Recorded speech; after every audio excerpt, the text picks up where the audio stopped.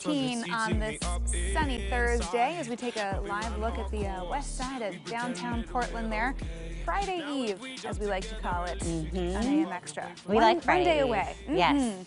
But hey, this morning we are talking about small businesses. You know, all across Oregon, there's a lot of shops still in a lot of need, and they need your help as the state continues on the road to reopening. Of course, one of the easiest ways to help them out is by buying their products online, but there are also some not so obvious ways that you can support them.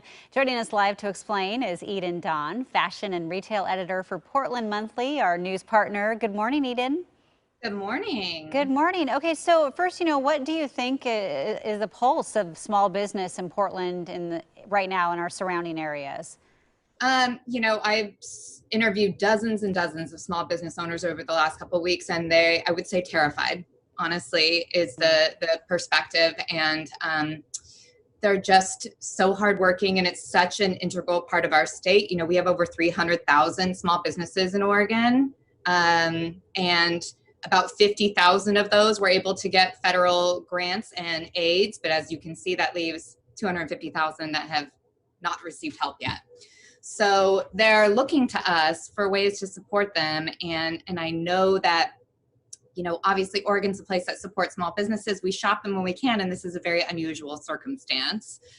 So yeah, I think that there are some other less obvious ways of things that you can do.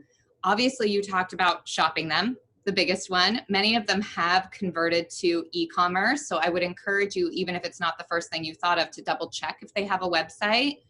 A lot of people are offering pickup, things in the neighborhood, but there's other ways to get involved in that. One of the things I really like about real small makers is, are you familiar with Etsy? Oh, yes. Yeah. Mm-hmm. So one of the nice things about Etsy, which allows a lot of these makers are people who are operating out of their homes, or they might have like an ADU, and Etsy allows you to shop by region. So you can go in there and actually search for people in Portland, in Salem, in Albany, and still be buying from makers in your community and people you might not know. But right now, those orders are really going to mean a lot to them. So as you're hitting, graduation gifts, Mother's Day, Father's Day, those things, definitely think about that. The other thing I would say that I hear from interviewing small businesses a lot is how many have had to cut their ad spending. And so, which makes sense, right? They're trying so hard to just keep the roof over their heads. I would look at ways you can help them. And one of the easiest things you can do is follow them on social and share their posts. It's very simple. Yeah, I love that idea because I think we've talked so much about like ordering takeout or buying things, Right. and there's so many people who their own income has been cut too, and they have reduced hours, or they're feeling like they can't continue to keep spending. So yeah, I mean, sharing somebody's page on Facebook or Instagram, that's free. It's free. And there's a lot of things that you can do for free because obviously everyone has been hit economically by this in some way. And so thinking about the ways that you can help them, and it might be, yes, resharing their posts, following them, engaging them. All of that helps their posts about things like maybe they are doing takeout, maybe they're having an online special. That helps the reach go far and wide with the social media algorithms. I do jazz hands when I say that because I don't really entirely understand how those algorithms work. The other thing about that is what a wonderful time, if you've been sitting around thinking about it, to finally write that Yelp review, write that Google review.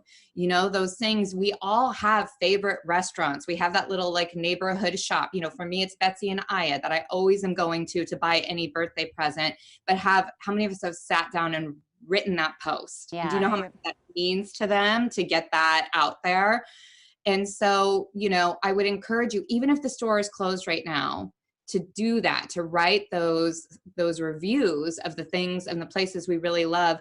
And I would even encourage you to go a step further and not only post them cross-platform if you're able, but to email it to the shop, because they might be able to use it to create a testimonial page. They might want to, make another social media post out of it.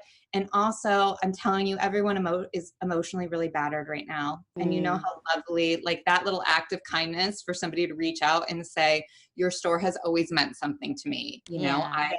I always come to you and buy myself a little cheer up gift. Any of those things, you know, shop and small business owners are people too, and everybody's struggling. So I think those little things are all acts of kindness that can help them fiscally, but also just help your neighbor get through Yeah. a tough. I mean, because I think most people write in or they write Yelp reviews when they're upset about something. Right. So Everyone's the first to take the complain. time Yeah. to write something nice is that's some great advice there. Thank you so much for joining us this morning, Eden. Really interesting. And, you know, for more information on how viewers can help local businesses or read more from our news partners at Portland Monthly, we have a link on KOIN.com. Thanks, Eden.